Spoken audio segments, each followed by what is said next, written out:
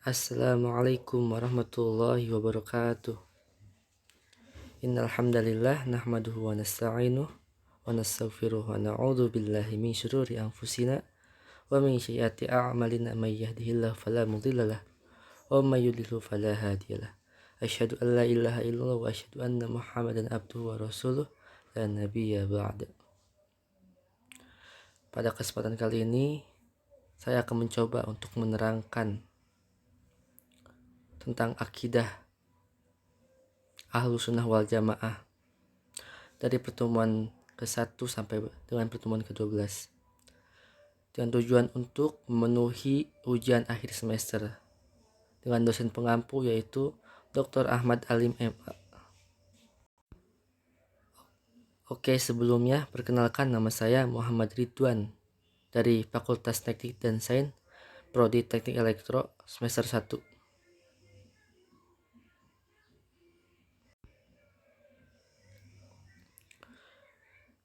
Pertemuan ke-1 yaitu akidah atau pondasi keimanan seseorang. Akidah itu adalah sebuah pondasi dasar yang akan melandasi keyakinan seseorang pada Allah Subhanahu wa taala. Akidah itu ibarat akar bagi pohonnya. Akidah itu ibarat pondasi bagi sebuah rumah ataupun bangunan. Sehingga tanpa akidah, tanpa akar, tanpa pondasi tidak mungkin pohon hidup dan juga tidak mungkin bangunan itu tegak berdiri. Jadi oleh karena itu, secara etimologi akidah adalah ikatan. Inilah yang mengikat keyakinan seorang, sehingga seorang itu ketika sudah punya akidah berarti dia punya keimanan. Ibarat semacam tali, semacam pondasinya akan menjadi pijakan kehidupan seseorang. Adapun akidah secara istilah itu berarti keimanan yang teguh, keyakinan yang pasti akan adanya Allah Subhanahu wa taala dan cara mentauhidkannya, mengesahkan Allah dan tidak menyekutukan dengan sesuatu apapun. Itulah akidah iman kepada Allah. Demikian juga kita beriman kepada malaikat, beriman kepada rasul-rasul Allah, beriman kepada kitab-kitab Allah, dan juga beriman kepada hari akhir serta kepada takdir.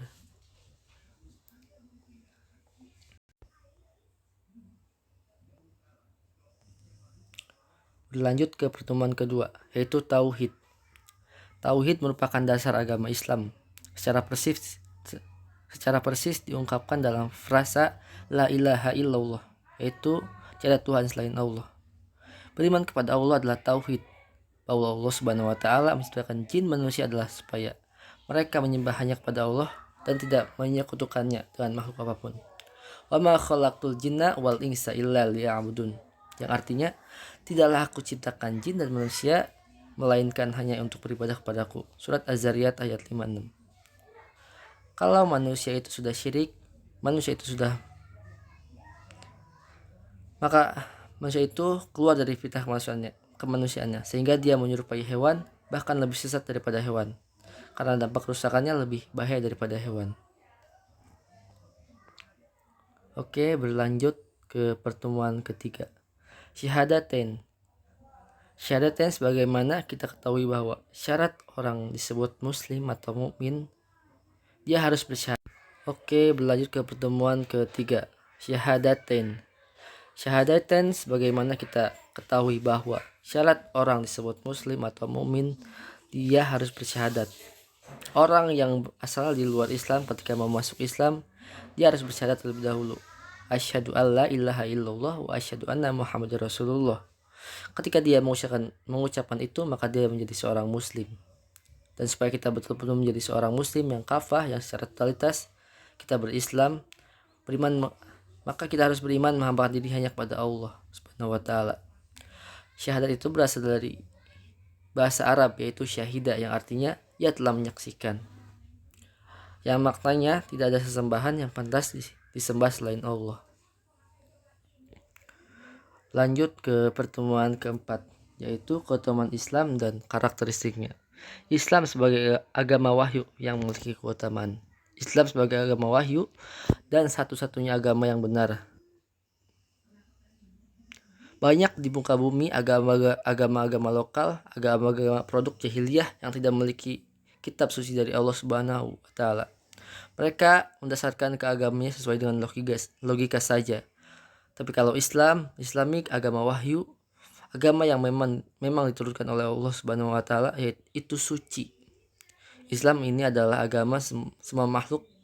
Isi substansinya itu risalah para nabi dan rasul. Semua nabi dan rasul mereka membawa Islam, membawa agama tauhid dan menyingkirkan agama lokal yang bersyirik.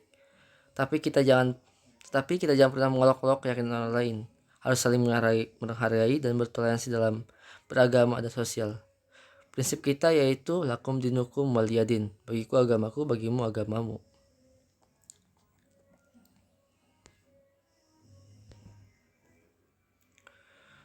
Pertemuan kelima yaitu ada pembatal tauhid. Murtad adalah contoh yang membatalkan tauhid. Keimanan seseorang itu bisa juga batal disebabkan beberapa amalan. Yang dimaksud pembatal tauhid, perkara yang merusak tauhid yang dilakukan baik secara ucapan atau perbuatan ataupun niat. Hal itu mengakibatkan akidah atau keimanan seseorang itu bisa batal. Nah, amalan apa saja yang merusak tauhid atau merusak keimanan seseorang? Salah satu contohnya yaitu syirik. Syirik yaitu menyekutukan Allah. Jadi kalau orang yang menyembah Allah dan juga menyembah selain Allah itu namanya syirik. Sehingga bisa dikatakan batal tauhidnya atau murtad.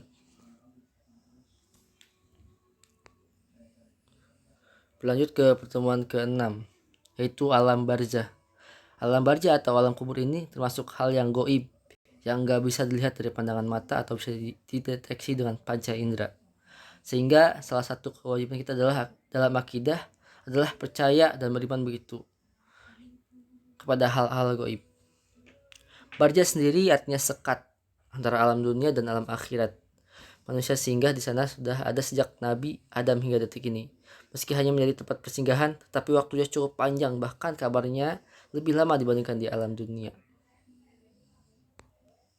Itu tadi pertemuan yang ke-6. Sekarang berlanjut ke pertemuan ke-7, yaitu syirik. Syirik ini adalah suatu pembatal akidah seseorang yang menjadikan sekutu bagi Allah. Punya keyakinan ada Tuhan-Tuhan lain selain Allah, atau dia menyembah Allah dan juga kemudian menyembah kepada selain Allah. Itu disebut syirik. Syirik itu adalah kezaliman yang amat besar, sehingga pelakunya orang-orang yang melakukan kesyirikan itu ancaman adalah masuk ke dalam api neraka dan kekal di dalamnya. Innal ladzina kafaru min ahlil kitabi wal musyrikin fi nari jahannam khalidina fiha. Sungguhnya orang-orang kafir yakni ahli kitab dan orang-orang yang musyrik menjadi bagian dari orang yang masuk neraka jahanam dan mereka kekal di dalamnya.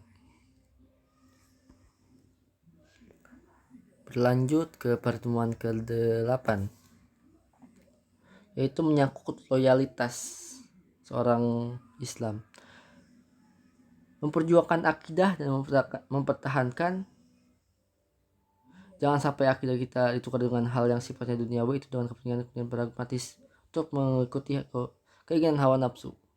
Jangan sampai akidah hilang di dalam dada kita, harus nanti saya mengakar di dalam jiwa. Terus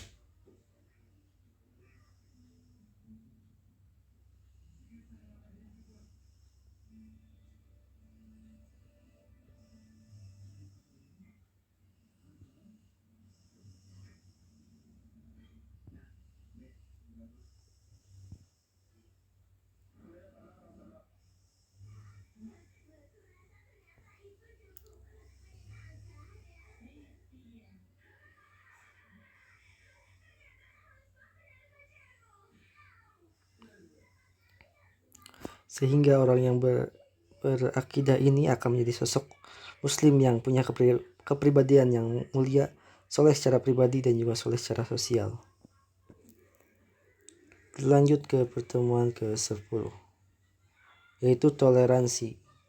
Secara bahasa, toleransi juga bisa bermakna sebagai suatu kemampuan seorang dalam bersabar serta menahan diri terhadap berbagai hal yang tidak sejalan dengannya.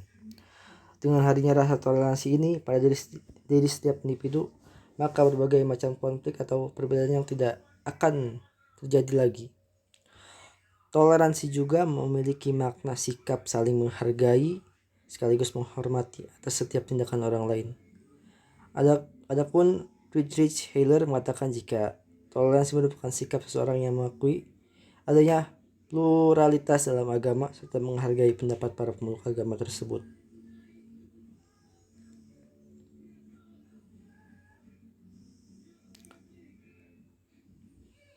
Pertemuan ke-11, Akidah, Pancasila, dan Demokrasi.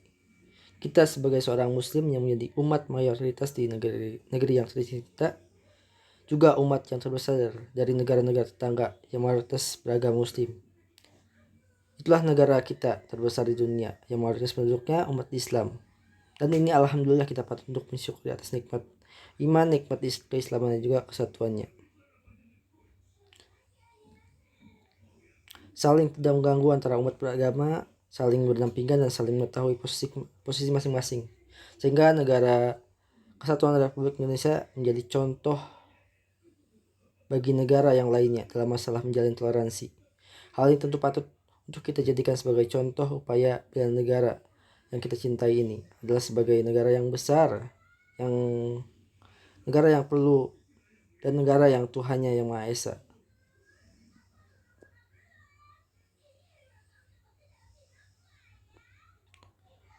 Pertemuan terakhir yaitu pertemuan ke-12, yaitu mutasi akidah. Mutasi budaya jaya yang berkembang secara masif, yang secara variatif, sampai di era kita ini saat ini, era Industri 4.0 dan juga era 4 Society 5.0 ini, walaupun zaman berganti dan terus berganti, seiring zaman berganti, walaupun terdiri dari berbagai macam kemajuan sains dan teknologi, di mana manusia mengalami kemudahan di bidang ilmu, khususnya di bidang desain teknologi, tapi tanpa disadari, beriring pula budaya-budaya lama, yaitu budaya jahiliyah yang sudah terkubur, tapi ternyata seiring perkembangan zaman dihidupkan kembali. Oke, sekian dari saya. Kurang lebihnya mohon maaf.